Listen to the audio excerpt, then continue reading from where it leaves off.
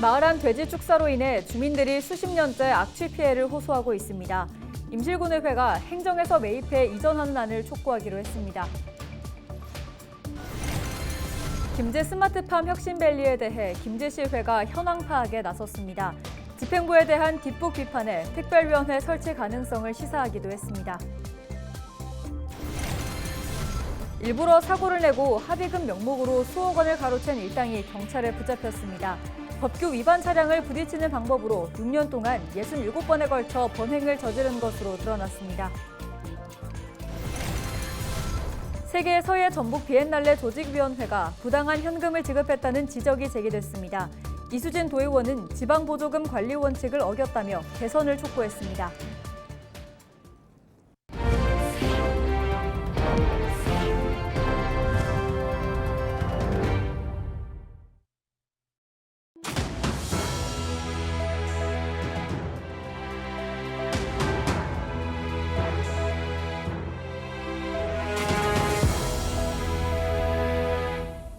시청자 여러분 안녕하십니까? 헬로티비 전북 뉴스입니다. 임실 지역 마을 안에 위치하고 있는 돼지 축사 때문에 주민들이 40년 넘도록 악취 피해를 호소하고 있다는 내용 보도해드렸는데요.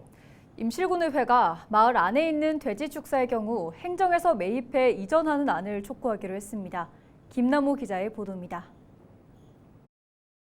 마을 입구에 돼지 축사가 위치해 있는 임실군 청웅면 두복마을입니다. 이 마을에 위치한 농장은 70년대 후반 소규모로 운영됐으나 사육두수가 늘어나면서 현재 1,800여 마리에 달하고 있습니다. 마을 주민들은 돼지 축사에서 발생하는 악취 피해를 호소하며 40년이 넘도록 민원을 제기하고 있습니다. 민원이 반복되고 있다는 보도 이후 임실군의회 차원에서 마을 안에 위치한 축사의 경우 매입부 이전하는 방안을 마련하도록 집행부에 촉구하고 나섰습니다.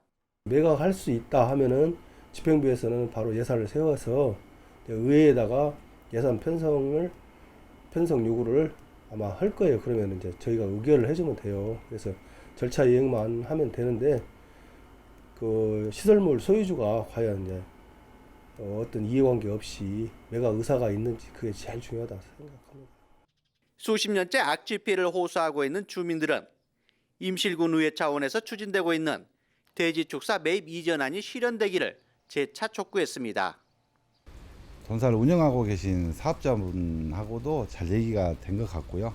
또 의회에서 적극적으로 지금 추진을 하고 있는 걸로 알고 있으니까 이 부분을 좀 더 노력을 좀 해주셔가지고 지역 주민들이 모두 이렇게 좀 행복한 삶을 살 수 있도록 좀 더 많은 좀 시간과 또 역량을 좀 발휘를 해주셨으면 좋겠습니다. 시설 보완을 통해 합법화된 농장이지만 악취 민원이 끊이지 않고 있는 돼지 농장. 주민들은 매입과 이전 부지 마련을 위한 예산 수립안이 조속히 이루어지기를 기원하고 있습니다. 헬로티비 뉴스 김나우입니다. 온실 천장 누수 등 각종 하자로 인해 피해를 본 전북 김제 스마트팜 혁신밸리 청년 농부들의 소식 여러 차례 전해드렸는데요. 김제시의회가 이와 관련해 현황 파악에 나섰는데 집행부에 대한 뒷북 지적에 특별위원회 설치 가능성을 시사하기도 했습니다. 정명기 기자의 보도입니다. 온실 천장에서 빗물이 하염없이 쏟아집니다. 여기저기서 새는 세찬 물줄기에 애써 키운 농작물은 쑥대밭이 됩니다. 채광이나 환기를 위해 낸 자동 천창이나 차광막은 모터 고장에 작물에 물과 영양분을 공급하는 양액기도 고장과 수리가 반복됐습니다. 저희는 이 첨단 온실이 작물을 보호하기는커녕 오히려 작물의 무덤이 되어가는 모습을 지켜보며 저희의 가슴은 타들어갔습니다. 한국농어촌공사가 김제시 위탁을 받아 시공한 김제 스마트팜 혁신밸리 내 임대형 온실의 실태가 드러난 겁니다. 김제시에 따르면 2021년 준공돼 이듬해부터 발생한 누수만 140군데, 12만 177억 원, 총 사업비 1,041억 원이 들어간 스마트팜 혁신밸리 내에서 이런 하자들이 끊임없이 발생했지만 시의원들은 잘 몰랐다는 반응입니다. 이런 문제점이 한 번도 우리가 보고드리고 없거든요. 이런 것들을 대수롭지 않고 그냥 생각을 하고 얹었었던 거예요. 우리 의회에다 그거 한 번 했습니까? 한 번도 안 했죠. 그 과정에 했어요, 안 했죠? 하는 걸로 알고 있습니다. 중간에라도 뭐 이런 거 하자 같은 형식인데 왜 먼저한테 보고를 해줬어야 그럼 대처가 됐을 거 아닙니까? 같은 방식으로 농어촌공사와 위스탁 협약을 통해 추진 중인 지역 특화 임대형 스마트팜 조성 사업에 대한 우려도 나옵니다. 우리 시에서도 요구할 건 제대로 요구하고 얘기할 건 강하게 얘기를 해주셔야 이런 부분에 대해서 제대로 된 공사가 시행이 되지 않겠냐는 얘기죠. 이거 만약 이대로 갔다가 생활금 늘리기 상태에 나면 어떻게 하실 거예요? 피해 현황에 관해 설명을 들은 시의회는 특위 설치 가능성을 시사하기도 했습니다.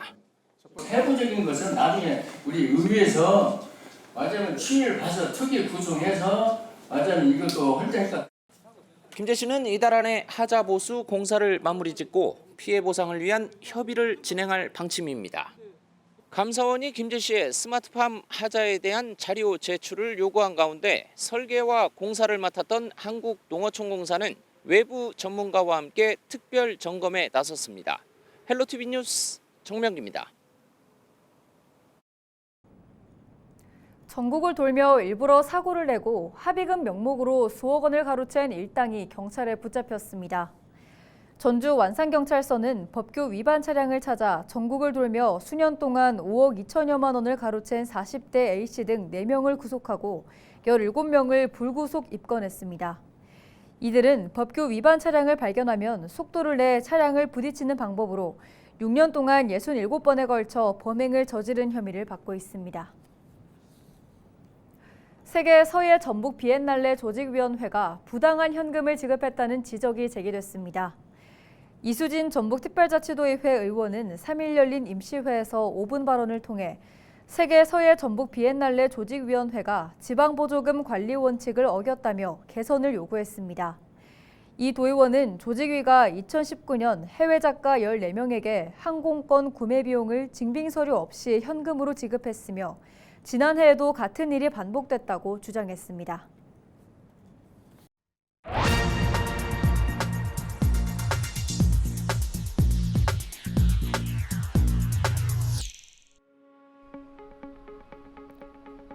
최근 102세 생일을 맞은 영국 할머니가 스카이다이빙에 성공해 화제가 됐습니다. 2차 대전 당시 해군에 복무했던 마네트 베일리 할머니는 다른 스카이다이버와 함께 상공 2100m에서 뛰어내렸는데요. 나이 들어도 포기하지 말라는 메시지를 세상에 던졌습니다. 나이는 그저 숫자일 뿐이며 열정과 의지를 꺾을 수 없다는 걸 증명한 것이죠. 이뿐이 아닙니다. 전 세계에는 나이의 한계를 뛰어넘은 감동적인 스토리가 많은데요. 미국의 다이애나 나이아드는 64세에 쿠바에서 플로리다까지 177km의 바다를 헤엄쳐 건넜습니다. 5번이나 시도한 끝에 마침내 성공한 겁니다.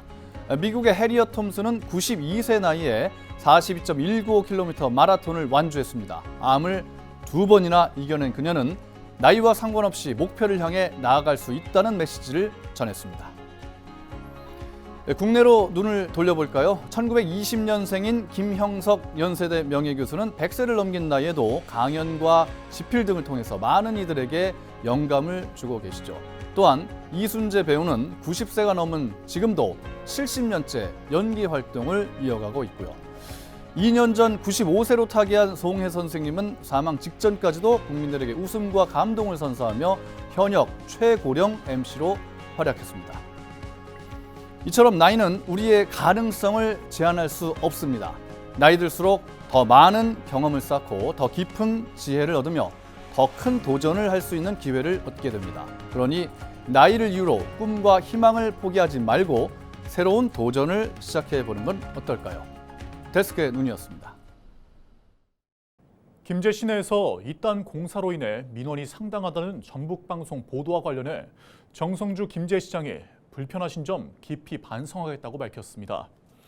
정 시장은 3일 자신의 페이스북에 지평선 문화축제 거리조성 사업과 전선 지중화 작업, 상하수도 공사 등 도시재생사업 도로 현장을 점검했다며 이같이 밝혔습니다. 이어 안전한 도로, 튼튼한 공사를 당부했고 또 공사 장기화로 차량 통행과 보행에 불편을 겪고 계시는 시민 여러분들을 위해 담당 부서에 도로를 순차적으로 개통하고 공사를 최대한 신속하게 잘 마무리해달라고 당부했다고 설명했습니다. 순창에서 제61회 전북특별자치도민 체육대회가 열립니다. 오는 6일부터 이틀간 열리는 도민체전은 14개 시군의 체육인 등 2만 5천여 명이 참여합니다. 개회식이 열리는 순창 공설운동장 내부 도로는 일방 통행으로 운영되며 일반 차량 진입은 통제됩니다. 도민체전은 39개 종목으로 12개 종목은 앞서 사전 경기로 진행됐고 육상 등 27개 종목의 경기가 잇따라 열립니다.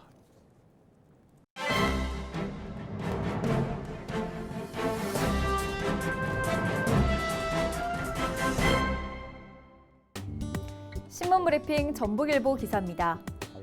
올해 상반기 전북 지역 새마을금고의 성적표가 지난해보다 악화됐다고 합니다. 전국에서 부실 자산 비율이 가장 높고 연체율도 전국 평균을 넘어선 것으로 나타났다고 하는데요. 더불어민주당 한병도 의원이 행정안전부로부터 제출받은 국정감사 자료에 따르면 올해 상반기 전북 평균 고정이하 여신 비율은 금융당국의 권고치인 8%를 초과한 10.92%로 전국에서 가장 높다고 합니다.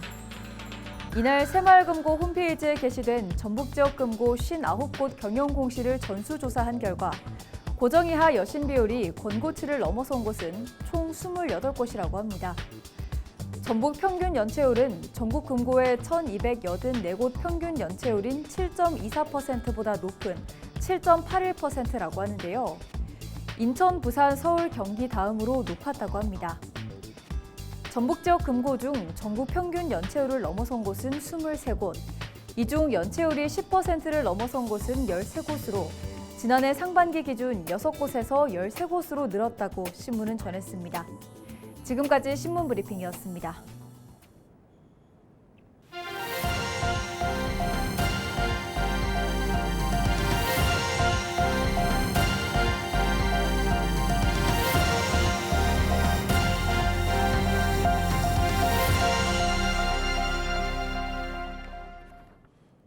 부안군 의회가 3일 임시회를 열고 9일간의 일정에 들어갔습니다. 부안군 의회는 이번 제354회 임시회 동안 주요 사업 현장을 방문하고 총 23개의 안건을 심의 의결할 계획입니다. 첫날 본회의에서는 이현기 의원이 대표 발의한 전북특별자치도 부안군 도의원 정수 확대 촉구 건의안을 채택했습니다. 전북 농어민 공익수당 711억 원이 추석 전까지 지급될 전망입니다. 전북특별자치도는 12만여 농어가에게 60만 원씩을 지원하는 공익수당을 지역화폐로 추석 전까지 지급하겠다고 전했습니다. 또 농업인 소득 안정을 위한 공익직불금 등 12개 농업직불성 사업비 6천여 원을 올해 안에 지원할 계획이라고 덧붙였습니다.